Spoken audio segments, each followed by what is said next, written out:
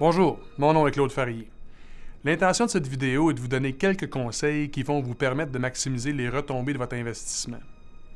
Pour commencer, il faut prendre confiance du revenu que vous perdez à cause de l'inobservance. La plupart des pharmaciens n'ont jamais fait cette analyse, mais elle est cruciale. Par exemple, si votre pharmacien a un volume de 500 prescriptions par jour, vous en faites environ 15 000 par mois.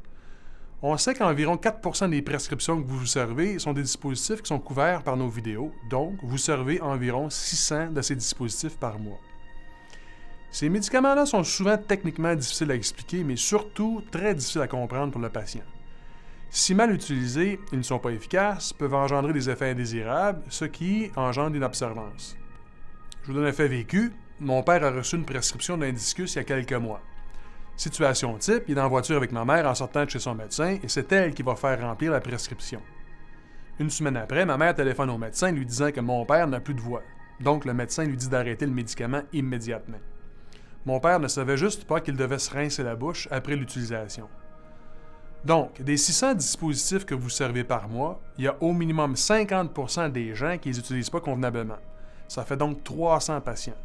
Dû aux effets indésirables comme pour mon père, ou simplement que les médicaments n'est pas efficaces, nous pouvons supposer que la moitié de ceux-ci vont simplement les arrêter. C'est donc 150 prescriptions par mois que vous perdez.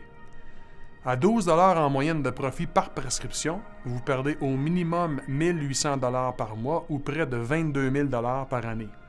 Si vous en faites 700 prescriptions par mois, c'est 30 000 $ de moins dans vos poches. Simplement dû à une mauvaise compréhension des patients du départ, vous perdez ce revenu potentiel. Et ça, c'est de l'argent qui provient de vos clients actuels. Des clients que vous avez attirés dans votre pharmacie en faisant de la publicité, des journées santé et en donnant du bon service. Vous avez donc maintenant une meilleure idée du potentiel de cet outil. Mais c'est clair que si vous gardez le iPad dans votre bureau ou que vous ne en servez pas convenablement, ce potentiel restera un potentiel. Ce que je vous suggère donc, c'est de placer le ou les iPads au comptoir dans des aires privées ou semi-privées qui sont faciles d'accès, soit pour le patient et également pour votre staff.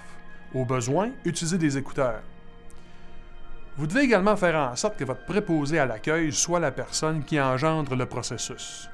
Lorsqu'elle reçoit une prescription d'un dispositif que nous couvrons, elle doit dire au patient « Monsieur Tartampion, le pharmacien va préparer votre discus, mais avant qu'il vous appelle, il désire que vous regardiez ce vidéo. » Ce n'est pas une option, ça fait maintenant partie du processus de votre pharmacie. La moyenne des vidéos dure à peu près 2 à 3 minutes, donc ce n'est pas un problème.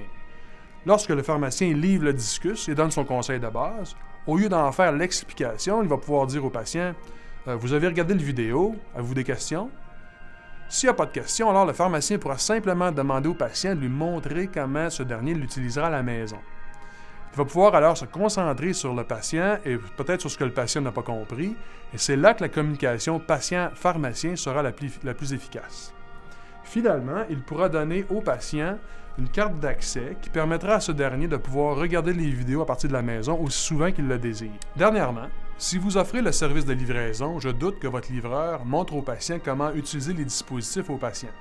Il suffit simplement de vous procurer un iPad additionnel que le livreur pourra utiliser lorsqu'il les visite. Ça risque d'augmenter le temps de livraison d'un gros 3 minutes, mais pensez juste à l'impact que cela aura, tant au point de vue de la santé de vos patients que de votre santé financière. Il est clair que vos employés devront s'ajuster et que vous, comme propriétaire, devrez demander que cette procédure soit suivie.